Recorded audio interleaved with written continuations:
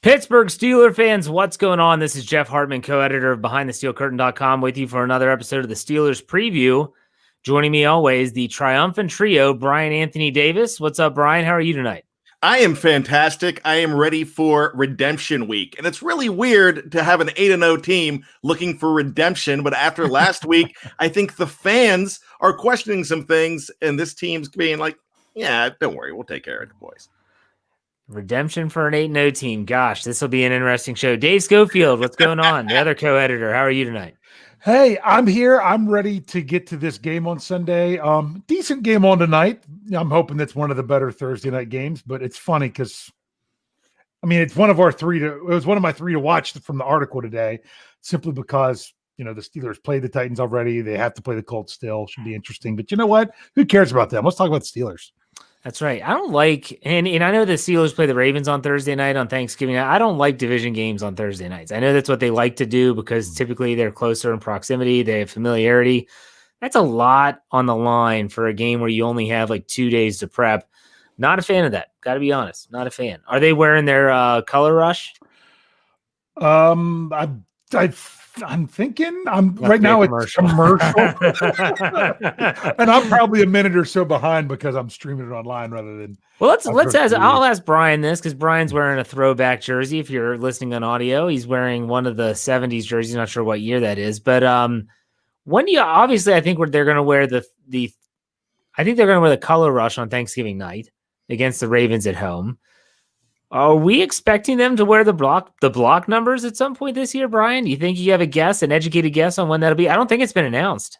Yeah, you know what? I was thinking it would be the Cincinnati game because they typically like to do that in divisional games. Now, I have heard the same thing about the color rush with you. Usually they announce this because last year, the Rams game, the game Dave attended, and they went absolutely nuts.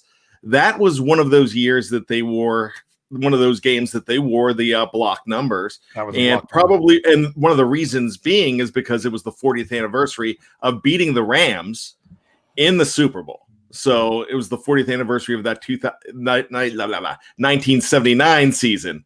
So that's when they did it then. I am wearing the 1976 LC Greenwood jersey. Very nice. Very nice. Maybe they're not. I thought they would stick with those block numbers until they come out with another throwback, but maybe you're right. Maybe that was just a 1-year thing. The fans went nuts for him. Why in the world would they not bring him back again? Dave, if you had to guess, which game would they put him on him? The blocks. I'm guessing they'll. Maybe the Colts game. I don't know. Yeah, that's not a bad one. I would have thought maybe this week, but they're not unless they announced that. Now, they could announce at the very last minute because they've done that when they've done an extra color rush. But usually they announce them before the season starts what they're going to be. But with no fans, I understand maybe they're waiting. How crazy would it be if they wore block whites on the Sunday night game in Buffalo? That would be cool. Wear the block number white jerseys, the road jerseys. Bryan, you down with that idea? Oh, that would be amazing. They definitely won't do that because it wasn't pre-planned, but that would be fantastic. And, this would be the third year because they wore them 2 years ago against Cleveland and they wore them last year against LA, like we mentioned. So this should be year number 3, but there's only 4 home games left. It's not going to be against Baltimore because that's the color rush night. Yep. You would think that it's not going to be the game against Indy because that's the second to last game of the season. Typically, you would think that it would be one of these next couple games. Could be the football team. Could be that game. Could be the football team. They have a history of wearing throwbacks against the football team. They wore the Bumblebees against the football team when RG3 was there. Or it could be week 17 against, no, actually that's in Cleveland. Never mind. Forget that. I don't know. Anyways, guys, we're going to talk about news. There's only one news story for me. And I think we're all going to talk about the same thing. But let me ask you, as I put this out on Twitter today, and I got some pretty good responses from people. Is anyone else find it strange that in a week where Vance McDonald tests positive for COVID-19, Ben Roethlisberger, okay, that's a big name quarterback, on the only undefeated team, he goes on the high-risk list, the COVID reserve list. We haven't heard peep other than the day, I think it was, correct me if I'm wrong, Dave, Monday, that the Steelers all tested negative. Haven't heard a thing since. And I'm only using the comparisons here of the Tennessee situation, the outbreak they've had there. You go to Atlanta when they've had people test positive, Kansas City, Las Vegas, the Raiders. We haven't heard jack squat. Guys, is no news good news, or have you heard something that I haven't? Dave, we'll start with you. Well, I mean, if you go through some back channels, you might find out that indirectly that there weren't any positive cases and stuff. But the problem what is back channels are you going to? I mean, I saw someone share something in a call. No, Lurking. It was in a, when you brought that up on Twitter, I think somebody shared something in a comment that then if you click on it, you could then click somewhere else and you might have been able to find it. But bottom line is, no, that's seriously, that's what I'm saying. This should be front and center. It should not be something. Now, it's no news is good news. Technically, because remember, these guys on the reserve COVID list, they don't even show up on the injury report. They're not really, they're officially not on the roster right now. But notice that the Steelers didn't go out and sign 4 other guys to the 53. Yeah, because they'll do that Saturday if something happens where they don't come off. That if they don't come off the list, then they'll take care of it then. Because it's not like, when will the announcement be made? Typically, is it Friday or Saturday? It is Saturday, and it was asked Coach Tomlin on Tuesday, would they be clear in order to do the walkthrough? And his answer, one word, yes. So that means they would know on Saturday. Trust me, if there was, but here's the other thing. They're also already on the list. So if they got a positive test, there's not, there are not a lot of come out and report that a player got a positive test. They just, by name, they just say that a player had a positive test. And then later that day, a player goes on the COVID-19 list. So in this case, they're already on the list.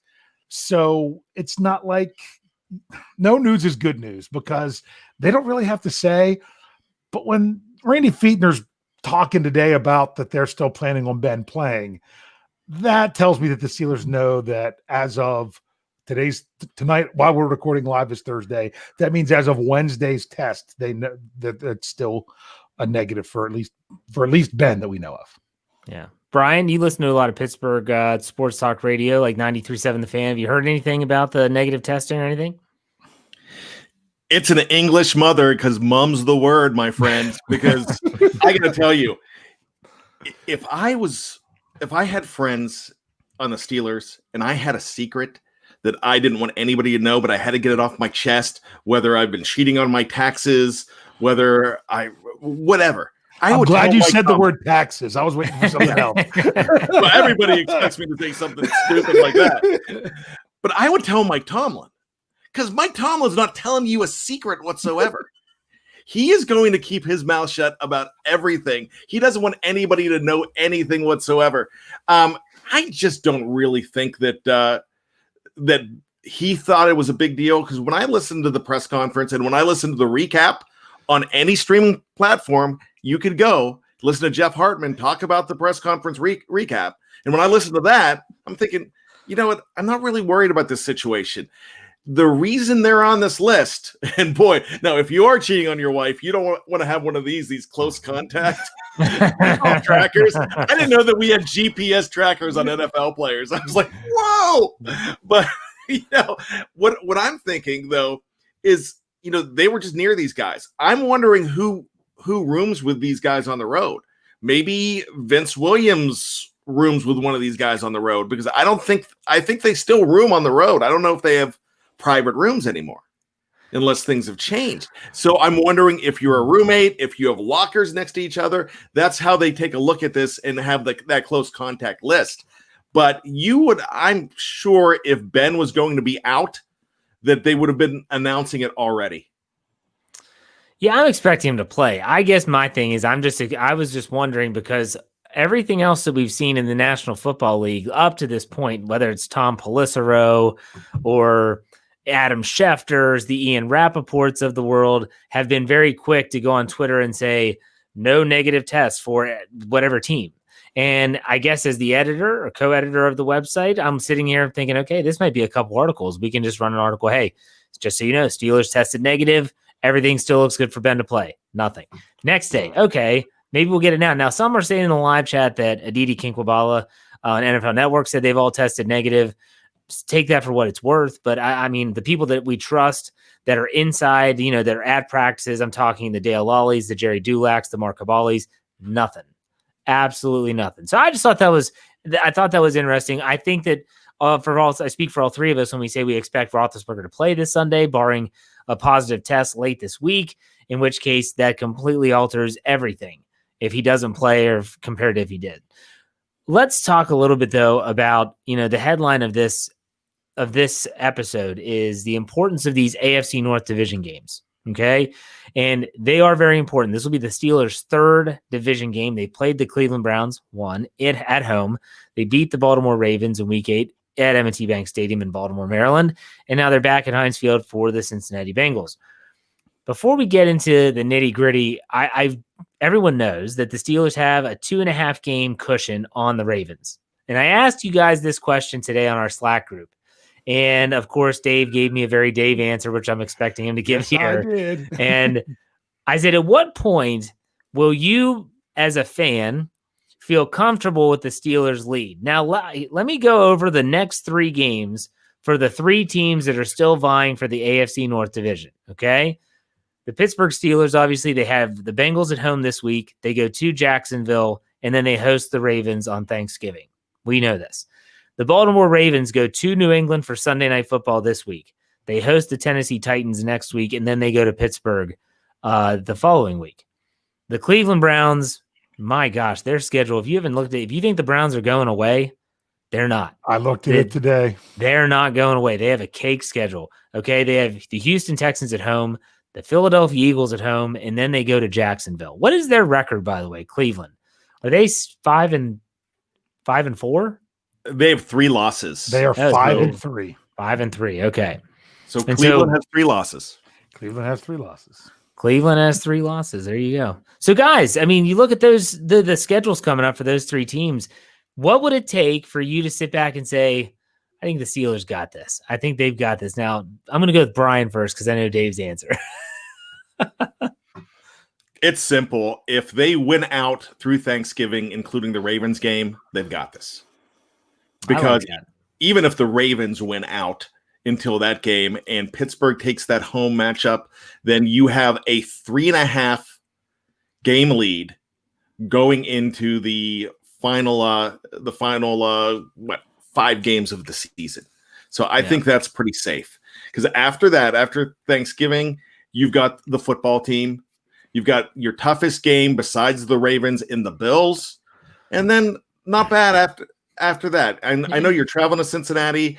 You're going against a weird team in the Colts, who I'm not sure what their true identity is right now.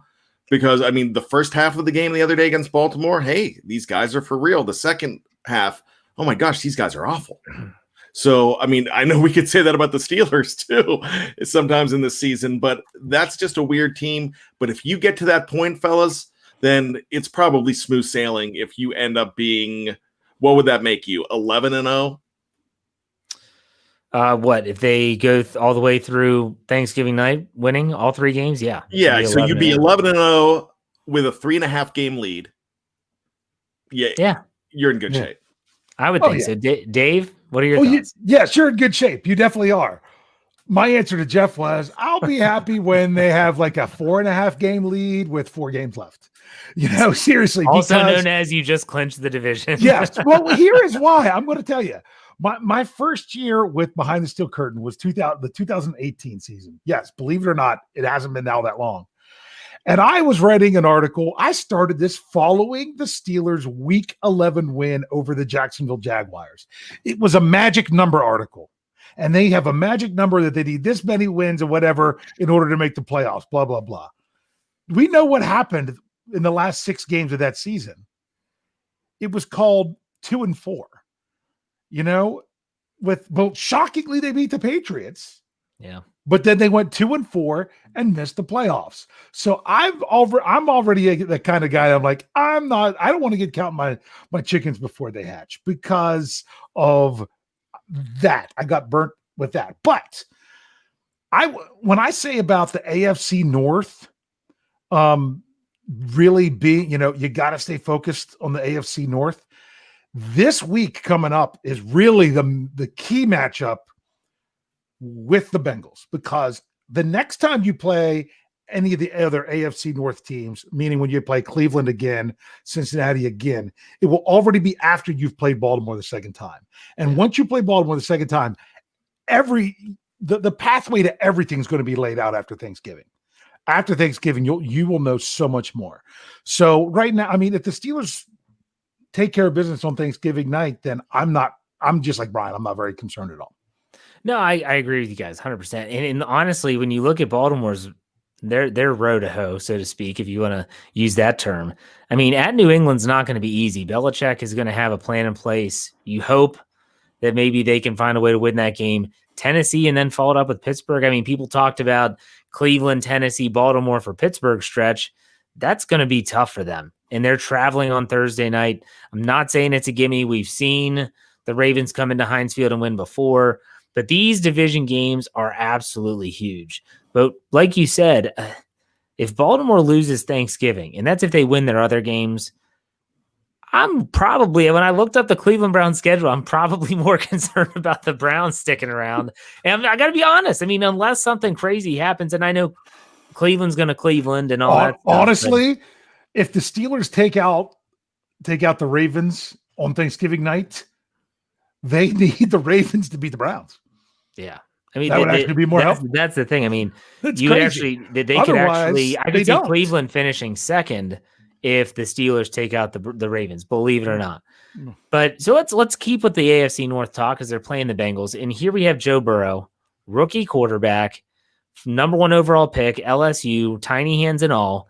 Here he is coming off a bye week, coming to Pittsburgh. And I swear, whether it's the live chat, whether it's the Twitter, the Twitterverse, Steeler Twitter, whatever you want to call it, whether it's our comment section at BehindTheSteelCurtain.com, you would think that a 5-2-1 team is rolling into Heinz Field this weekend. You really would. I mean, Steeler fans are like, oh my gosh, I'm so worried. I don't know what to do with myself. Well, what are we going to do? Joe Burrow, give me a freaking break. And I'm going to say Shannon White, who's a writer on our site, he is so worried. I mean, he seriously is like, if Ben can't play, the Steelers are going to lose. And I'm like, all right, let's pump the brakes a little bit here, okay? I know that the Bengals have weapons. I know that Joe Burrow is impressive for a rookie, but let's also not put them on this pedestal, okay? This pedestal of, holy cow, they are 2-5-1, period. But my question for you all that I wanted to bring up in the show is, when you look at the Cincinnati Bengals, who have played half of their games as well, is Joe Burrow now, as a rookie, better than the prime Andy Dalton? That's the question. Is Joe Burrow right now, 8 games in, as a rookie, better than Andy Dalton in his prime? Like when Andy Dalton was getting to the postseason, when Vontaze Burfict was there. Trust me, the Steelers fans know all about that. Bryan, what do you think about that? I'm going to say absolutely. But he does not, he has weapons, but he doesn't have the defense that Andy Dalton had. And Andy Dalton could afford to make some errors, and he always played better against Pittsburgh, it seemed. Joe Burrow is something special. I would take Joe Burrow right now over Andy Dalton in his prime. Okay, Dave Schofield, what are your thoughts? I agree, because I was trying to figure this out before. I don't ever see Andy Dalton as being the Bengals, if you know what I mean. When you were playing the Bengals, yeah, Andy Dalton was the quarterback, but there was other things you were worried about. Yes, it was AJ Green who's still there. You were worried about the defense, things like that. I'm sorry, but when it comes to this Cincinnati Bengals team, it's Joe Burrow. It's Joe Burrow. I don't, as a Steelers fan, I never feared Andy Dalton for just Andy Dalton, that he was going to be the guy that came in and won the game. It was going to have to be that team would have to come in. And saying the Steelers have beat them in 10 straight games, you're talking about a long time ago before you're talking about if it was possible that they could come in and beat them. So, but with Joe Burrow, that he is a player that I feel that he could come in and do it himself. And I never felt that way with Andy Dalton. What about Carson Palmer? Did you feel that way with him when he was there, when he was the number 1 overall pick for Cincinnati? Yes, a lot more than Andy Dalton. Bryan? But yes, I did. However, he hardly played as a rookie because you had John Kitna in there starting. Oh, John Kitna. Johnny K. So he started then, and they threw Burrow in right away with no offensive line, and Burrow has no help whatsoever. I mean, that offensive line, I'm surprised hasn't gotten him killed yet. So if I'm thinking about Joe Burrow and Cincinnati, I think they're going to win a few more games this season. But I'm also thinking about the Cleveland Browns. I'm thinking about the fact that Cleveland's run roughshod on almost everybody else.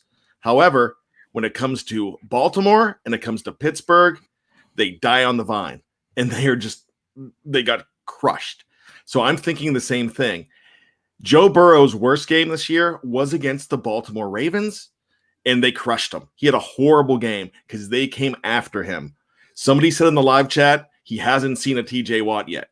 No, he hasn't. And he hasn't seen a Bud Dupree. And he has not seen a Vince Williams. And he has not seen a Stephon Tuitt. Neither has the rest of the Steelers this week, though. And I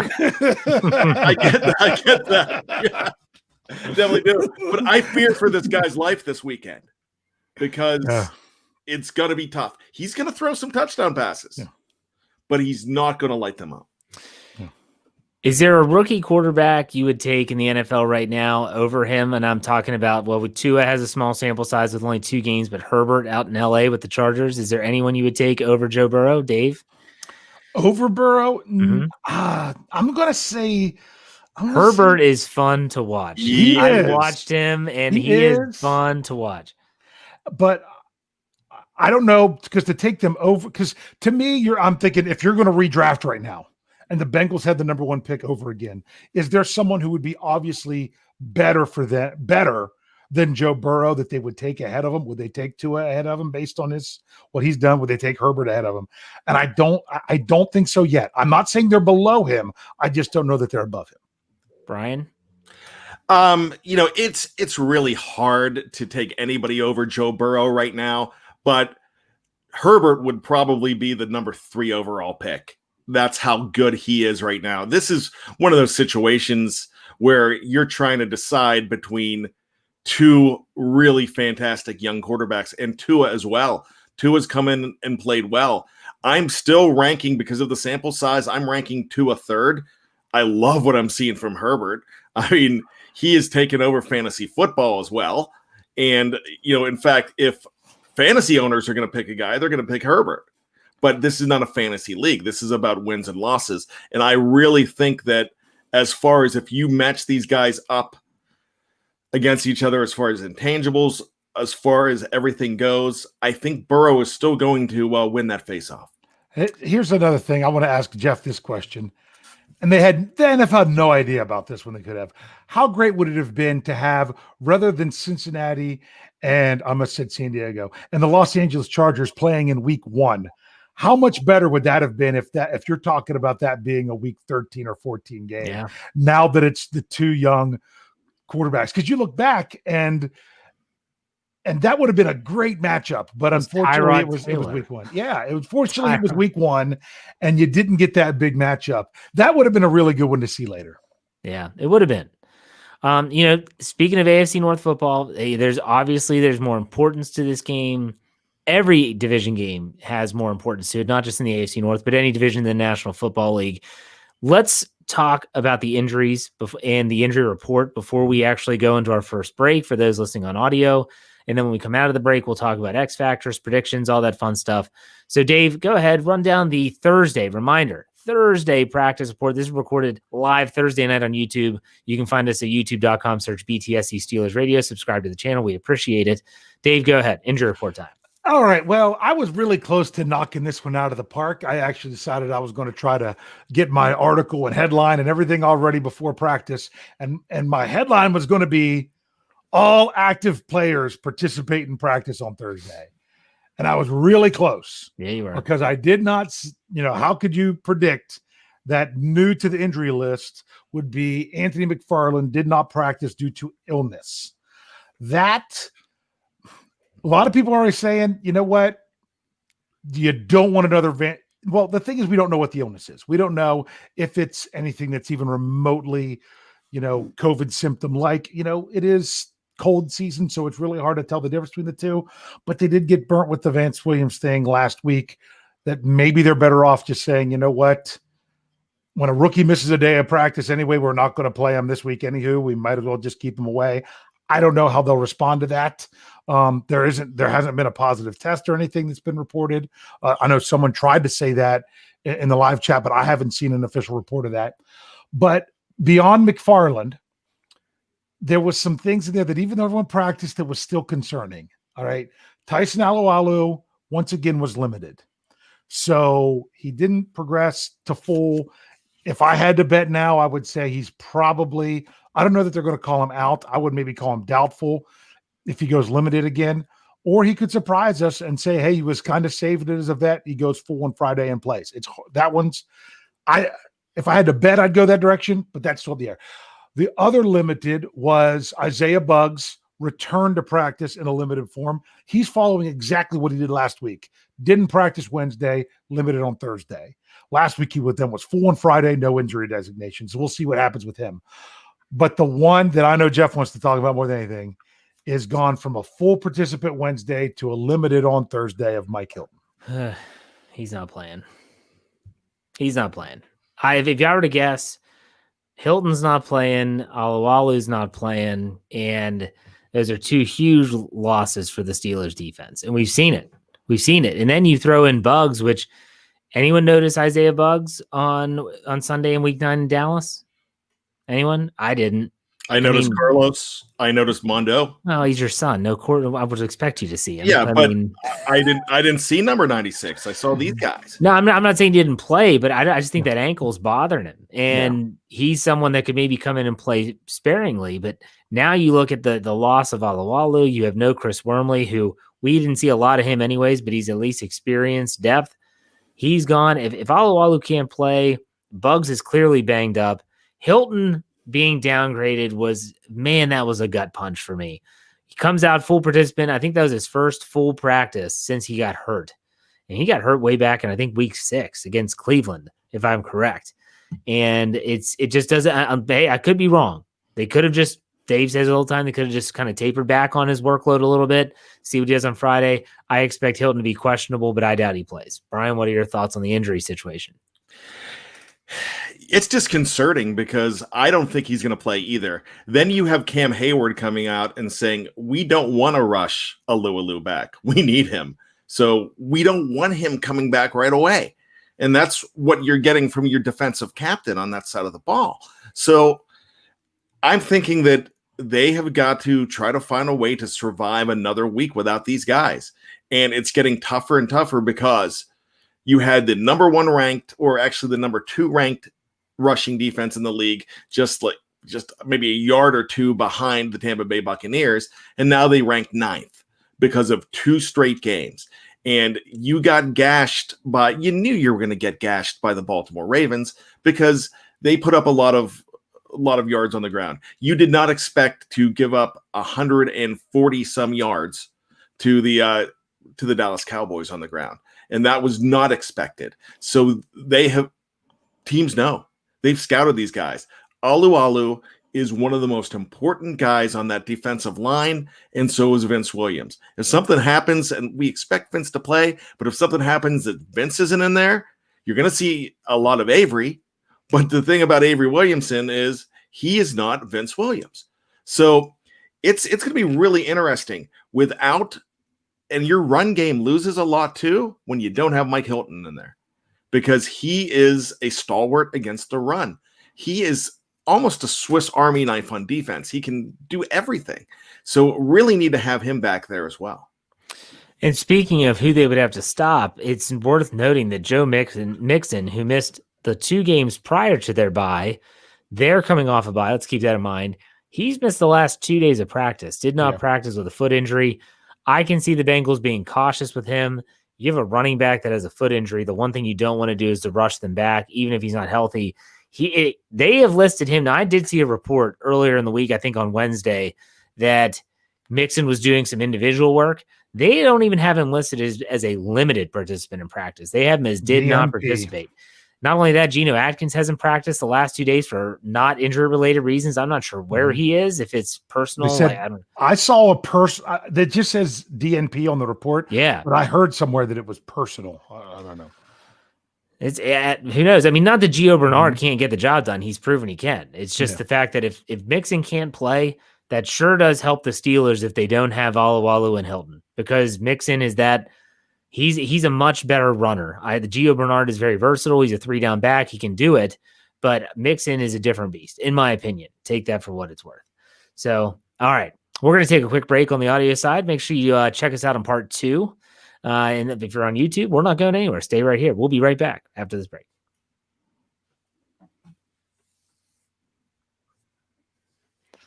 All right, Pittsburgh Steelers fans, welcome back to part 2 of the Steelers preview. I'm Jeff Hartman, co-editor of BehindTheSteelCurtain.com. Joining me as always, other co-editor Dave Schofield and our podcast producer, Bryan Anthony Davis.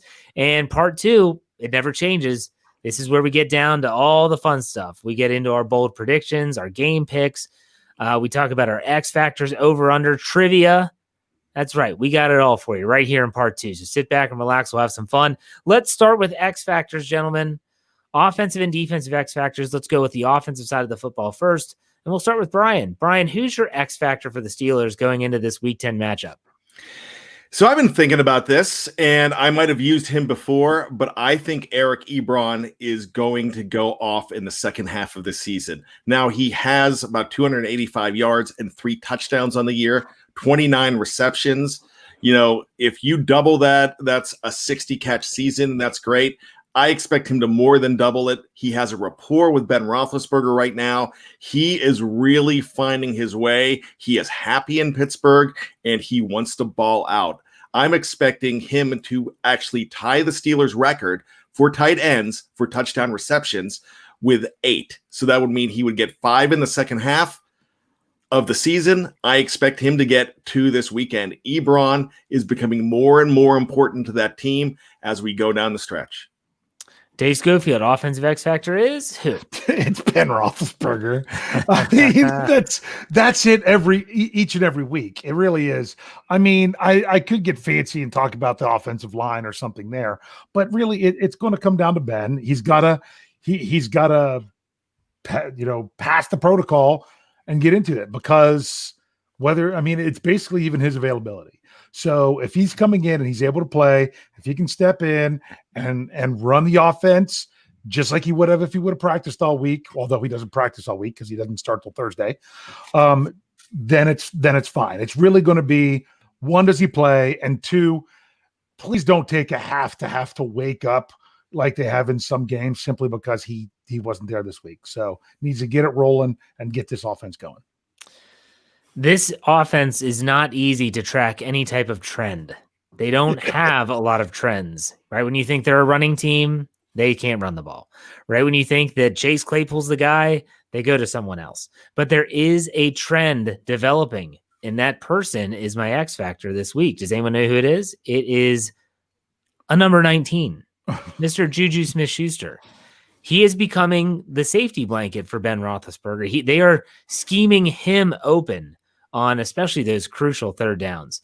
His production has been there. It's been more steady over the last 3 games than it has been all season. And probably, I would say the production's been the steadiest out of all the offensive weapons that they've had in that same time period. I think Juju Smith-Schuster is on the path to seeing more and more production. He's still going to need help. He's going to need people like Deontay Johnson and Chase Claypool and Eric Ebron, like Bryan mentioned, to get open and to do their part. But I see that Roethlisberger is trusting Juju more and more and more. To me, it started in Tennessee when he threw him that what would have been a game-clinching touchdown. It got tipped up in the air and intercepted. We know that.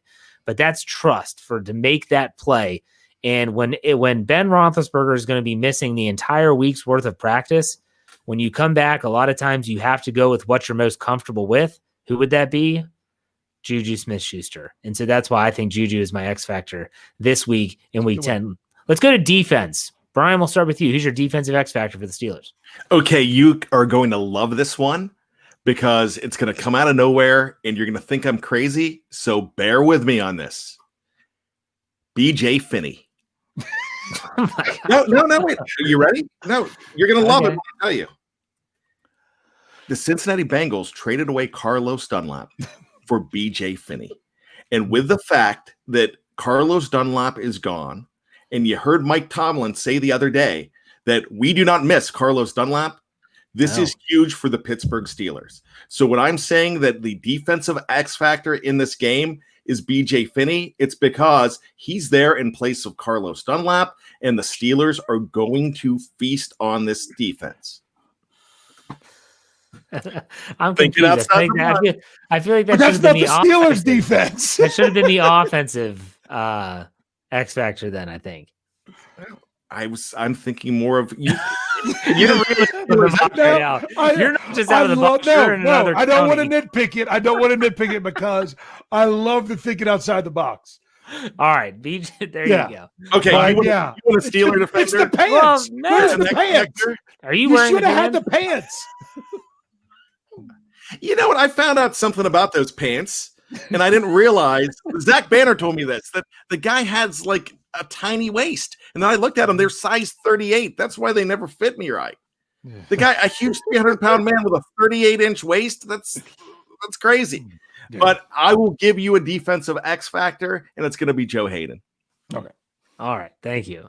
Dave Schofield, if you want to pick a Bengals player, I guess you could, or you could just pick a Steelers defender. The Steelers defensive X factor is Joe Burrow. No, you can make an argument there. No. So, no, I am going to go. You know what? I'm taking the easy path again. You guys you gave me Ben Roethlisberger for the offense, so I am taking Trent Jordan. Okay, I am going with T.J. Watt because Mr. Burrow needs to be introduced to AFC North football, and who better to introduce him to this than one Mr. Trent Jordan Watt? So that's going to be the factor of this game. They've got to disrupt Burrow. They've got to get there. They've got to get home. And I'll tell you what, TJ was on pace for, tons of sacks this year.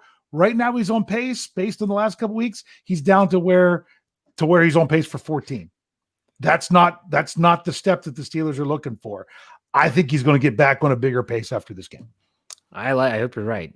I'm actually going to go. I'm going to go with Minkah Fitzpatrick here. I have a little sidecar for this as well. Mm-hmm. So I'm going to go with Minkah because when you're going against a rookie quarterback, I feel like this is an opportunity where he could really take advantage of Burrow. Minkah's a smart player. He's going to study the film. He's going to know that on third and X distance, Burrow, if they're in this formation, he likes to go to this direction, to this player. I wouldn't be shocked if Minkah ends up with another big play. It might be a pick six, might just be an interception. My sidecar is Avery Williamson. Not that he's going to have a huge X factor type performance. I just want to see what he can do. And I think this is the week that you're actually going to see him on the field. It might be splitting the time with Spillane and Williams in thirds. I'm not sure how they're going to utilize him, but I'm excited to see what he can do because he didn't even see the field last week, even though he was dressed. Remember, he's wearing 51, folks. So if you see a guy that is not James Ferrier, that's Avery Williamson, the trade acquisition from the Jets out there running around. Grayson Brown gave us $5, put it in the tip jar. We appreciate that. He said, am I wrong? I don't get it. The Bengals is a close competitor. I just don't see the Steelers laying an egg for a division rival. It's a get right game. I think more like Grayson here than a lot of people. A lot of people are saying, like I said, they're talking like it's a 5-2-1 team coming to town. And I'm still thinking this is a rookie quarterback. Go ahead, Dave. The reason people are concerned, even people that are concerned, I don't know that means that they think the Steelers are going to lose. But the reason people are concerned is because normally you know what you're getting when you face the Cincinnati Bengals. You know what both teams are bringing. The Steelers.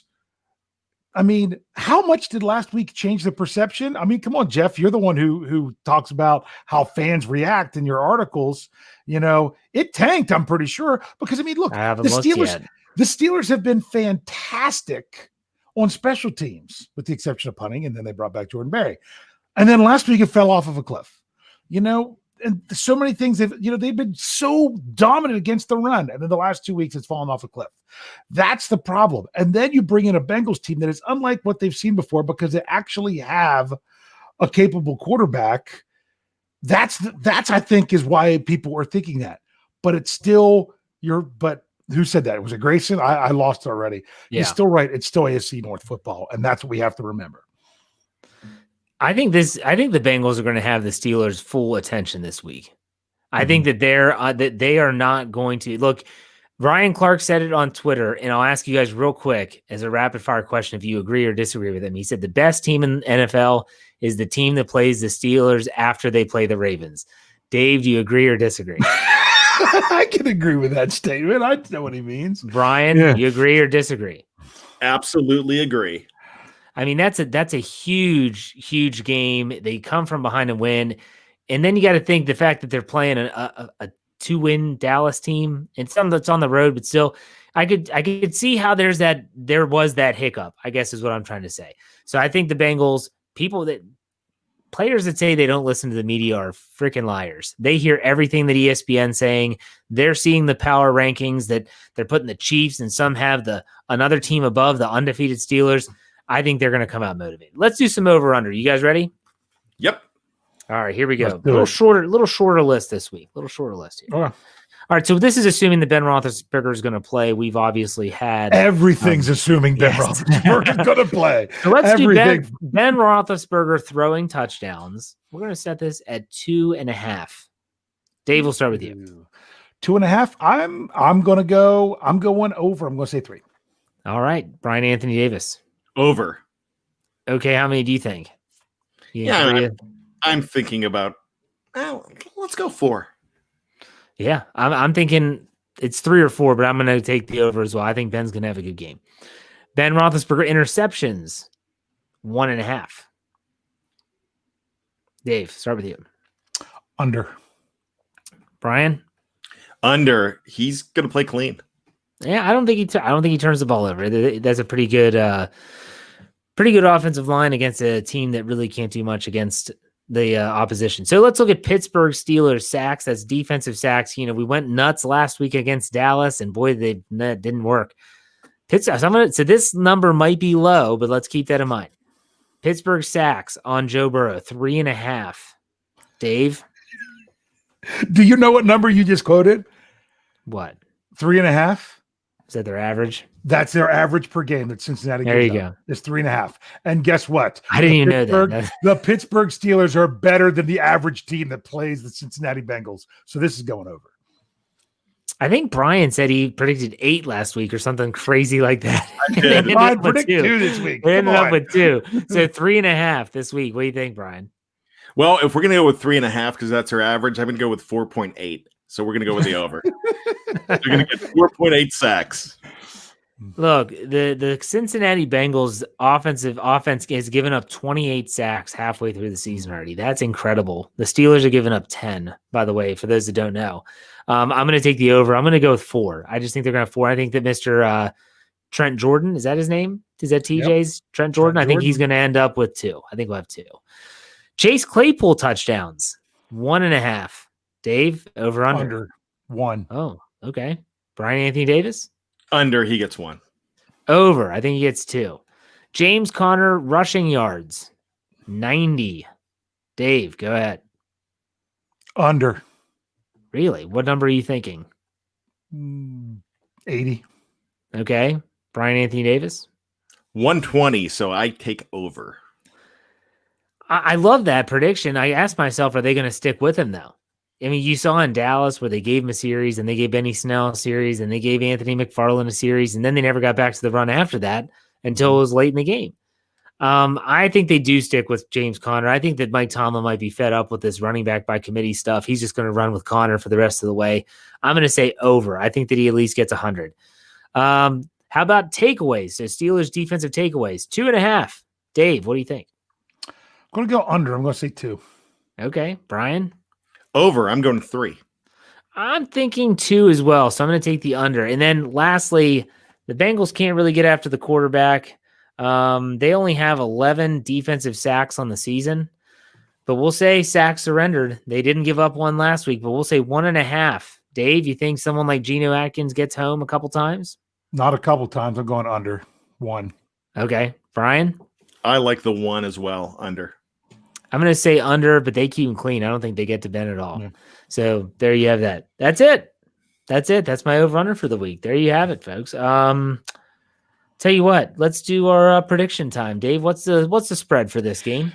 Oh, the spread for this game is the most updated. You know what? I'm going to refresh this again just to make sure. How did it went up to 7? I had the right one.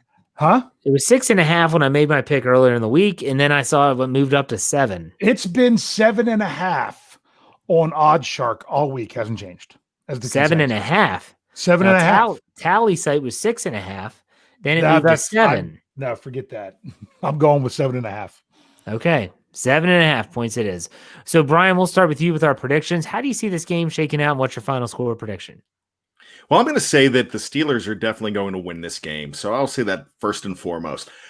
I think the Cincinnati Bengals are going to be a good team in the future. I think they're sowing the seeds for it right now. And Joe Burrow is going to be an MVP in this league, but not yet. He is not ready for prime time when facing the Ravens like he did a few weeks ago, and that 27-point loss. I mean, they got crushed. I really think that the Steelers are going to take it to him this week. I joked at the beginning of the show that it's a redemption week for an 8-0 team, but you just said, Jeff, you mentioned that they listen to the guys on the radio. They read the papers, and they know what's going on. And they're going to come out, and they're going to be home for the first time after 3 weeks on the road, and they are going to take these guys to the proverbial woodshed. That's exactly what's going to happen. The Steelers are going to win this game by a score of 38-20. 38-20. All right. What's the over-under, Dave? It is 47.5. All right. So you would take the over there, too. All right, Bryan. What about you? What's your prediction for the game? That's not what Tally Site had. Tally Site had something else. Tally Site had much lower. Yes, it was way lower because I had originally said under. Tally Site's over-under is at 45.5. Yeah, because I had to go in and change it to over because I was thinking that it was the consensus. Because this is the consensus. I don't know of anybody that's that low. That's insane. Anyway, sorry. So I'm hoping that I'm getting the week 9 and week 10 backwards. That's what I'm hoping. That I've just kind of messed it up a little bit and got them wrong. Because last week I wanted to go with the whole notion of when the Steelers are favored by more than a touchdown, they win but don't cover. And I didn't. I convinced myself that they were going to do that, and they didn't. So this week I'm going back to that. When the Steelers are favored by more than a touchdown, they win but don't cover. So I am going to say, with the point spread being 7.5, I'm going to say that the Steelers win 27-20. And it could even be a late score from the Bengals to bring it that close. Okay. But that's what I have. Now, I'm hoping that my philosophy is backwards, that I just got my I got cross-mogenation, and that what it was sorry. And it ended up in my sorry, I'm not gonna say that. And that it was last week is when I should have picked that they win but don't cover, and this week that they win and cover a large spread. So I'm okay being wrong on this one. All right. Your final score is 27-20. Is that what you said? 27-20. Okay. I think this is a game where the Pittsburgh Steelers move the ball on offense much more efficiently than they have maybe since you go back to the Cleveland game or even the first half of the Tennessee game. I don't think they have to revert back to the Ben Roethlisberger no huddle, drawing plays in the sand. You run to that tree and go in. You go to that tree and come back. All that type of stuff. I think that we're going to see the Steelers look a little bit more symbiotic. I think that the defense is going to give up some yards. It's going to be bend, don't break. I expect a fourth quarter push from Joe Burrow and the Bengals that they might put up like 14 points in the fourth quarter. The Steelers already had the game in hand. They might be letting off the gas a little bit. I like the Steelers to win. I like the Steelers to cover. And I take the over. I'll take the Steelers 37-23. 37-23. I think it's going to be a higher scoring game than people think. Again, garbage time points for Cincinnati. I'll take 37-23. There you go. Okay. All right. Let's get to trivia. Dave, are you ready? I am ready for trivia. But I am going to have to say this once again. I was tipped off to this trivia question by one Jeffrey Benedict.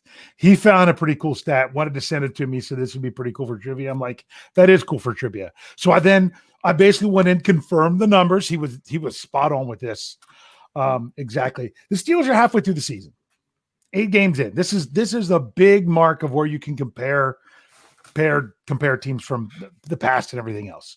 They're 8-0. So one thing that we obviously know is that when it comes to point differential, they're going to be in the positive because they've been positive every game. The Steelers in 2020 through 8 games have a point differential of 74 points. Okay, that is the second most since 78 when they started 7-1. Mm-hmm. And in the 70s, they had some other pretty big differentials there. Like 75 was a pretty big one, 72, 73. All of those were ahead of 2020. But since 78 and to 2020, there's one other season that through 8 games, the Steelers have a higher point differential. Do you know what season that was?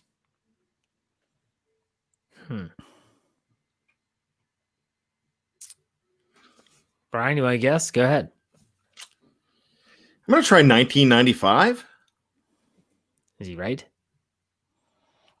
Do I have to say if he's right or do I let you guess? He's right. No, he's not right. Okay. I'll go with 2004.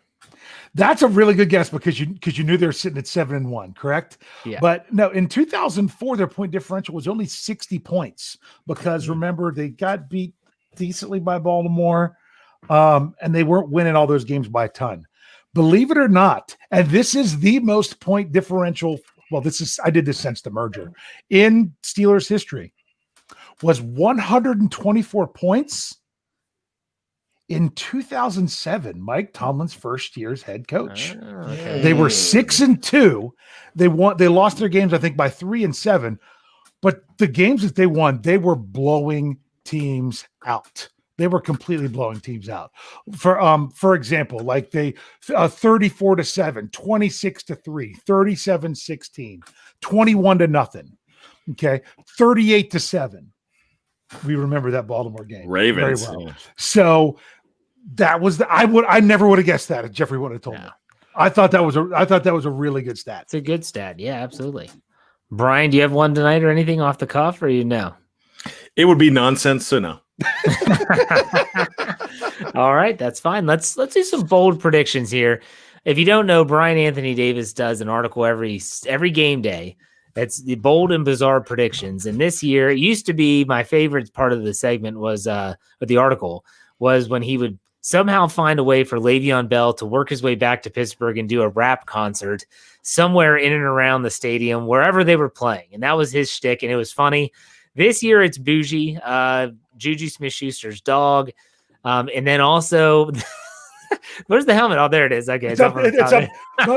My wife was decorating already, so she moved my Steeler picture down here where my helmet usually goes. So the helmet's, there you go for YouTube. It's up top. Okay. So, yeah, he's had Dave in there a bunch, in where he stole Justin Tucker's kicking cleats, I think, one time. But then last week it was me. What did I do last week? You said a fit individual wearing the Kylo Ren helmets. I want you all to know, though, if you check out the article, that he might have like 8 predictions. Only 4 are serious, and the other 4 are just complete, just supposed to be funny. Like, I guarantee there's people that might find that on Google and be like, "Oh, predictions," and click on like, "What the F is this? Bougie's dog peeing on Jeffrey Lurie, the owner. What does this have to do with anything?" Well, I had him knocking up Jerry Jones's dog. That's what it was last week. That Bougie, he's after. So, but these bold predictions will not be related to the Kylo Ren helmet or for Bougie Smith-Schuster. But before we get to that, Mr. and Mrs. Steelers gave us $50 in the tip jar. I mean, this is the second time in like the last 2 weeks that we've gotten a $50 tip. I'm going to say what Dave, or I don't know if Dave or Bryan said. If you accidentally put in one too many zeros, like We'll find a way to get your money back if that's what you're saying.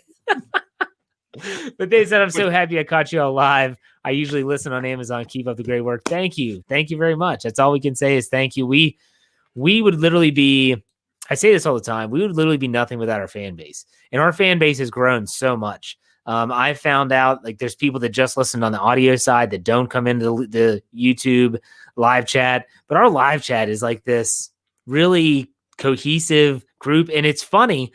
You all don't like. We know that Bryan reads it when he's on a show because he gets distracted. But still, I mean, I watch it. And it's so funny when people chime in and say, "It's my first time catching a live show." And what does everyone do? Hey, welcome. It's kind of like Cheers. It reminds me of Cheers.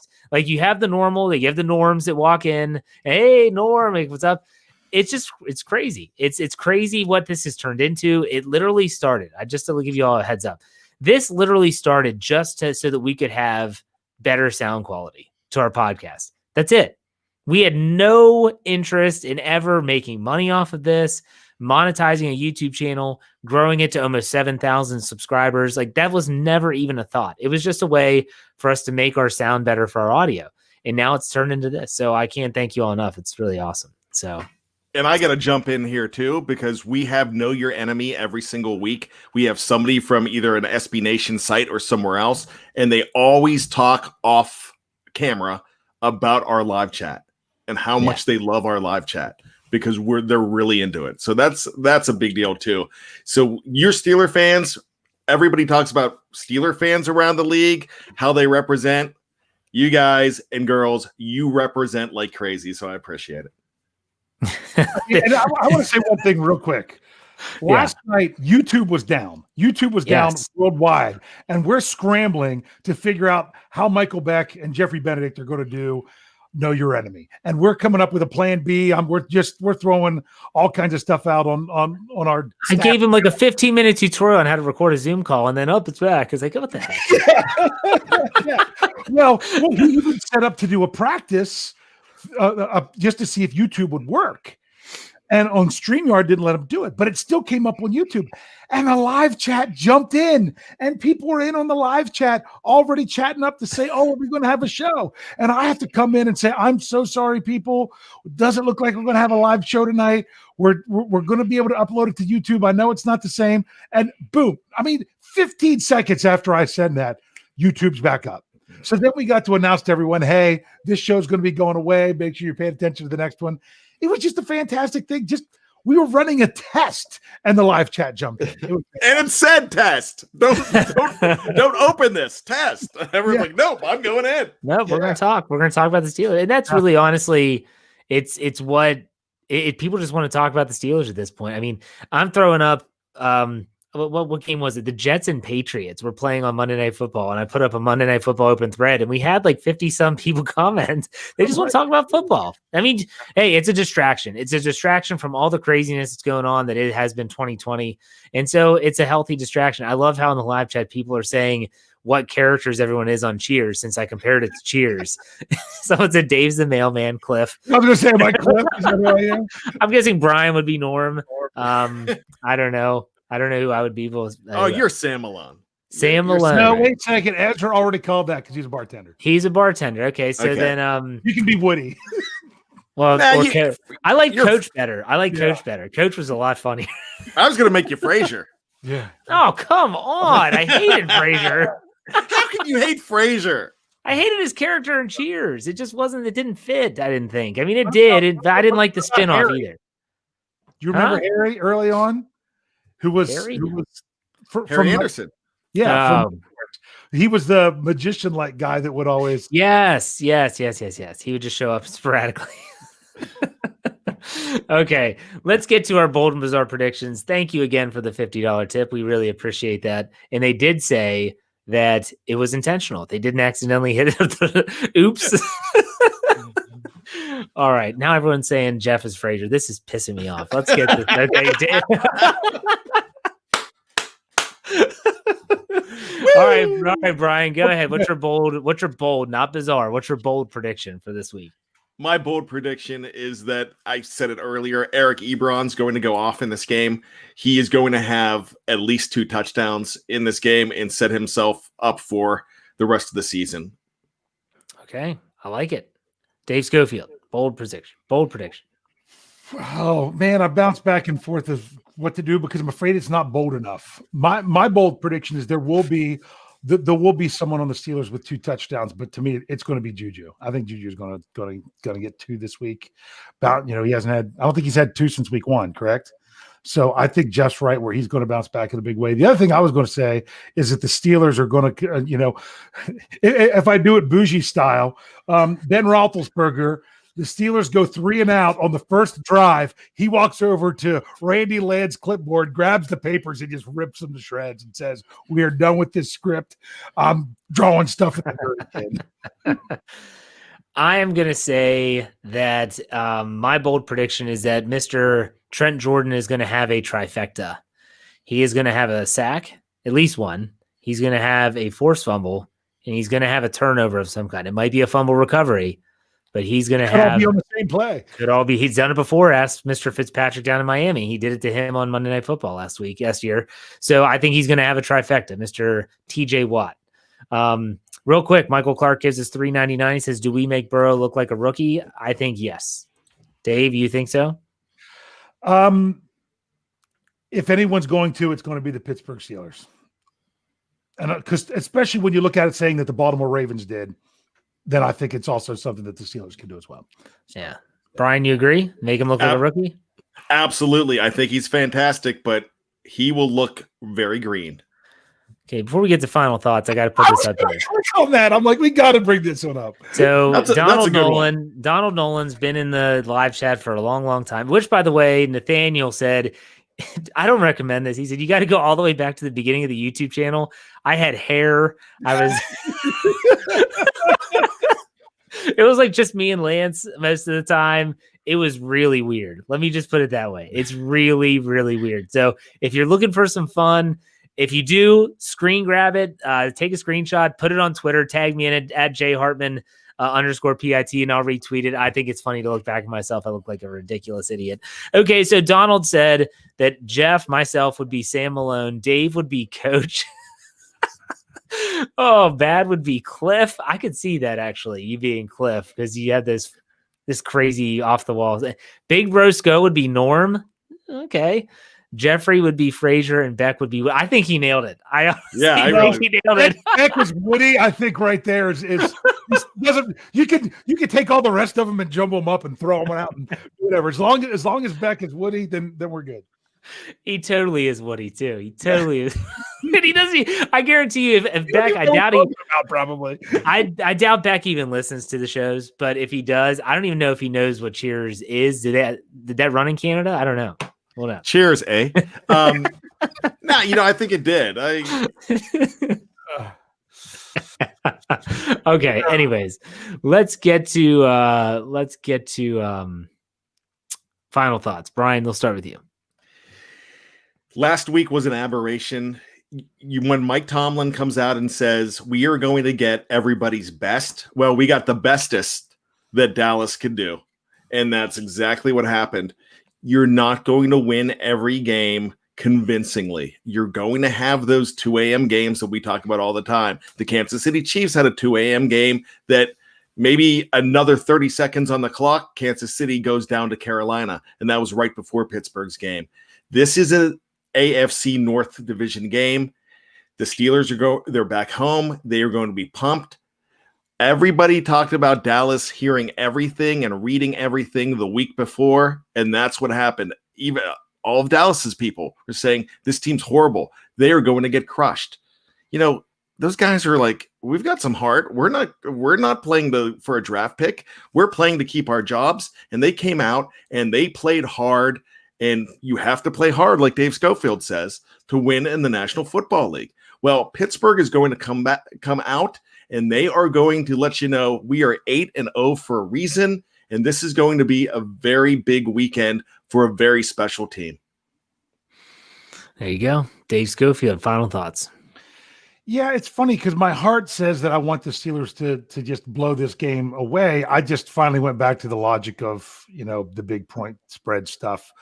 But really, Bryan, took my line, which No, that sounded really bad because I'm saying, but no, it's go out there, play hard. It's really hard for a team to go 16-0 in the NFL.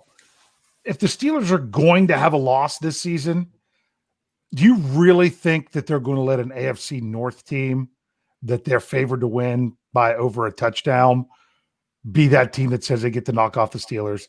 No. AFC North football is a completely different thing to this team, and they get to come back home. And what happened the last time they were at home? They played a complete game, and they won 38-7 or whatever it was. So let's do that coming back home. Yeah, you guys put it well. Not much I can add to that other than, here we go, second half of the season. Pittsburgh Steelers want to keep this streak going. Some people are saying we don't want to go 16-0. Look, you can say whatever you want. I think the odds of them going 16-0 are not great, but you don't want to lose this one. And I think the Steelers have, like I said earlier in the show, the Bengals have the Steelers' full attention. If they overlook Dallas, they're not overlooking this game. They're back at home. 3-game road stretch is done. And they want to make a statement. They want to make a statement that, look, hey, we are the only undefeated team, and we're not just the team with the best record. We are one of the best teams in the league. We're going to prove it. And so I hope they make Joe Burrow look like a rookie, period. Make him look like a rookie. Maybe emulate what the Baltimore Ravens did to him earlier this season, where he had his lowest output of his short and young career so far. So we'll see what they can do against old tiny hands. But you know what? That about does it for us here. The Steelers preview. And I want to make sure everyone is aware that wherever you listen to your podcast, make sure you download it wherever you get it, Apple Tunes, iTunes, Google Play, Stitcher, Anchor, Pandora, Spotify, you name it. Search Behind the Steel Curtain, search Steelers. Follow us so you don't miss a thing. BehindTheSteelCurtain.com, as Dave always says. Nah, it's actually me. I should be your one-stop shop for all things Steelers.